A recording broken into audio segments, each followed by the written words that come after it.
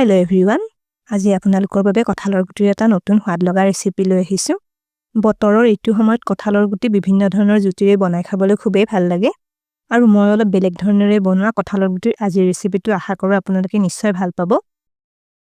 তেনেহলে ভিডিওটো শেষলৈকে চাই থাকিব। কঁঠালৰ গুটিৰ আজিৰ ৰেচিপিটো বনাবলৈ মই ব্যৱহাৰ কৰা ইনগ্ৰেডিয়েন্টছখিনি আপোনালোকে স্ক্ৰীনত দেখিবলৈ পাইছে।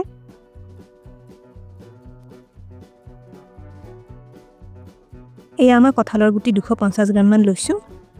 গুটিখিনি এতিয়া বাকলিখিনি গুছাই ল'ব লাগিব। এয়া গুটিকেইটাৰ ওপৰৰ বগা বাকলিখিনি কাটি কাটি গুছাই লওঁ।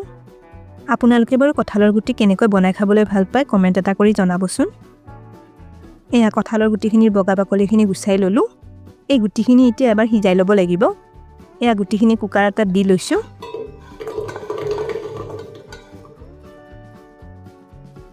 কঁঠালৰ গুটিখিনি জোখমতে অলপ পানী দি লওঁ। এয়া অলপ নিমখ দি লৈছো। এতিয়া গুটিখিনি কুকাৰৰ দুটা হুইছেল অহালৈ সিজাই লওঁ। এইফালে কঁঠালৰ গুটিখিনি সিজি অহালৈ এই পেনখনত মই অলপ মছলা ভাজি লওঁ। এয়া আধা ফাল তেজপাত দি লৈছো। এটা শুকান জলকীয়া দিলো। এয়া দিছো এচামুচ ধনিয়া গুটি। এয়া আধা চামুচ জিৰা গুটি দিছো। এয়া এচামুচৰ 3 ভাগৰ 1 ভাগ মান সব গুটি দিলো। এয়া লৈছো গোটা গৰম মছলা। ইয়াতে 3টা ইলাচি, 1/2 ডালচেনি, 2টা লং আৰু 5টা মান জালুক আছে। এইখিনিও দি ললো। এতিয়া এইখিনি অলপ মচমচীয়া হৈ অহালৈ এবাৰ ভাজি লওঁ। মছলাখিনি 1 মিনিট মান ভাজি ললো। এইখিনি ধুনীয়া মচমচীয়া হৈছে। গেছটো অফ কৰি দিছো। মছলাখিনি এতিয়া লগে লগে গুৰি কৰি লওঁ। এয়া সব মছলাখিনি গুৰি কৰি ললো। এই মছলাখিনি মই আজি কঁঠালৰ গুটিৰ দমখনত ব্যৱহাৰ কৰিম। এইদৰে ঘৰতে বনোৱা এই ভাজা মছলাবিধ বনাই থৈ দিলে বিভিন্ন ধৰণৰ সবজিত ব্যৱহাৰ কৰিব পৰা যায়। এইফালে এয়া কঁঠালৰ গুটিখিনি সিজাই ললো। এইখিনি সব বেছিকৈ সিজি যোৱা নাই। গুটিখিনি কুকাৰৰ মাত্ৰ 2টা হুইছেল অহালৈ সিজাই ললে হৈ যাব। নহলে গুটিখিনি বেছিকৈ সিজি যাব পাৰে।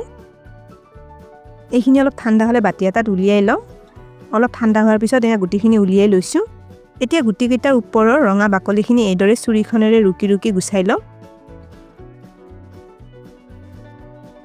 এয়া গুটিখিনি কঁঠালৰ গুটিৰ ৰঙা বাকলিখিনি গুছাই ললো। এয়া চাওক অলপ গুটি মই এইদৰে গোটাকৈ ৰাখিছো। আৰু আধা ভাগ গুটি মই এইদৰে টুকুৰা টুকুৰা কৰি লৈছো। এইদৰে অলপ সৰু সৰু টুকুৰা কৰি কাটি লৈছো। লগতে সবজিখনত দিবলৈ এটা আলু টুকুৰা কৰি কাটি লৈছো। আপোনালোকে ইয়াতে আলু দিব নুখুজিলে নিদিয়াকৈ বনাবও পাৰে। কেৰাহী এটাত মিঠাতেল অলপ গৰম কৰি লৈছিলো। প্ৰথমতে আলুখিনি তেলত দি লওঁ। এই আলুখিনি এতিয়া অলপ ৰঙচুৱা হৈ অহালৈ এবাৰ ভাজি লওঁ। আলুখিনি গেছৰ হাই ফ্লেমত অলপ দেৰি ভাজি আছো। এয়া চাওক আলুখিনি ভাজা গৈ অলপ ৰঙচুৱা হৈ আহিছে। তেলৰ পৰা এইখিনি এতিয়া উঠাই লওঁ।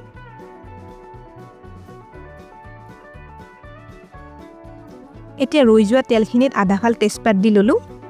এয়া আধা চামুচ জিৰা গুটি দিছো। এইখিনি ফুটি আহিছে। মিহিকৈ কাটি লোৱা 2টা পিয়াজ ইয়াতে দি ললো। পিয়াজখিনি এতিয়া অলপ সময় ভাজি লওঁ। এই পিয়াজখিনি ভাজি থাকোতে গেছৰ জুইটো কমাই থৈছো। এতিয়া ইয়াতে আধা চামুচ আদা নহৰু পেষ্ট দি ললো। এইখিনি মিলাই আকৌ অলপ দেৰি ভাজি লওঁ। পিয়াজ, আদা আৰু নহৰুখিনি অলপ ৰঙচুৱা হৈ অহালৈ ভাজি আছো। এয়া সব পিয়াজ আৰু আদা নহৰুখিনি ভাজা হৈ গৈছে। এইখিনি ধুনীয়া ৰঙচুৱা হৈ আহিছে আৰু মছলাখিনিৰ কেঁচা গোন্ধটো নোহোৱা হৈ আহিছে। এতিয়া এটা মিহিকৈ কাটি লোৱা বিলাহী ইয়াতে দি ললো।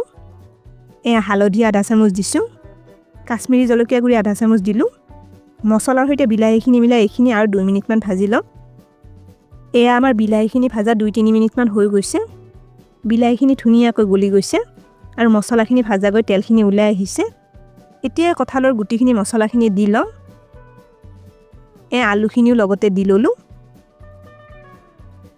জোখমতে অলপ নিমখ দি দিছো। এতিয়া কঁঠালৰ গুটিখিনি মছলাৰ লগত মিলাই গেছৰ কম জুইত অলপ সময় ভাজি লওঁ। এয়া আমাৰ কঁঠালৰ গুটিখিনি ভাজা 2-3 মিনিট মান হৈ গৈছে। এতিয়া আগতে বনাই লোৱা ভাজা মছলাৰ গুৰিখিনি 1.5 চামুচ মান মছলা ইয়াতে দি ললো। এতিয়া মছলাখিনিৰ সৈতে মিলাই কঁঠালৰ গুটিখিনি আৰু 2 মিনিট মান ভাজি লওঁ। এইখিনি গেছৰ কম জুইত লৰাই লৰাই ভাজি আছো। এয়া চাওক কঁঠালৰ গুটিখিনি ভাজা হৈ গৈছে। এতিয়া ইয়াতে জোখমতে অলপ গৰম পানী দি লওঁ। পানীখিনি এবাৰ মিলাই লৈছো।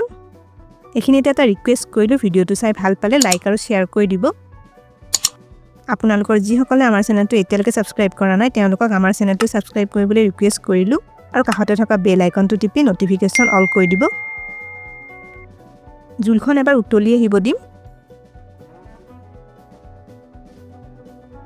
চাওক এইখিনি উতলি আহিছে এতিয়া কেৰাহী ঢাকনিখন লগাই এইখিনি গেছৰ কম জুইত 8-10 মিনিট মান উতলি থাকিব দিম 10 মিনিট মান পিছত ঢাকনিখন আঁতৰাই ললো এয়াছা কঁঠালৰ গুটিৰ দমখন উতলি পানীখিনি আগতকৈ ডাঠ হৈ আহিব ধৰিছে এইখিনি কিন্তু এনেকৈ অলপ পনিয়াকৈ বনালে খাবলৈ বেছি সোৱাদ লাগে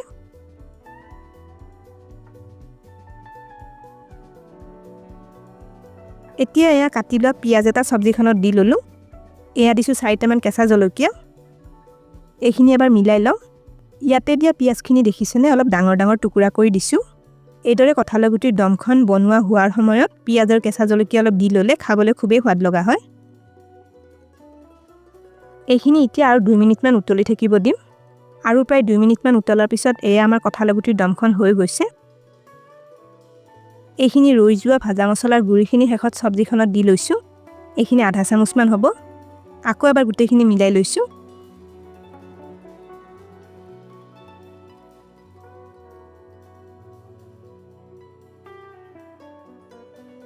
আৰু এয়া খুবেই সোৱাদ লগা আজিৰ আমাৰ কঁঠালৰ গুটিৰ দম খাবলৈ ৰেডি হৈ গৈছে তেনেহলে আপোনালোকে কঁঠালৰ গুটি এবাৰ এইদৰে বনাই খাই চাব পাৰে আৰু আজি ৰেচিপিটো কেনে পালে কমেন্ট কৰি নিশ্চয় জনাব ভিডিওটো হেখলৈকে চোৱাৰ বাবে অশেষ ধন্যবাদ জনালো আৰু ভিডিওটো ভাল পালে লাইক আৰু শেয়াৰ কৰি দিব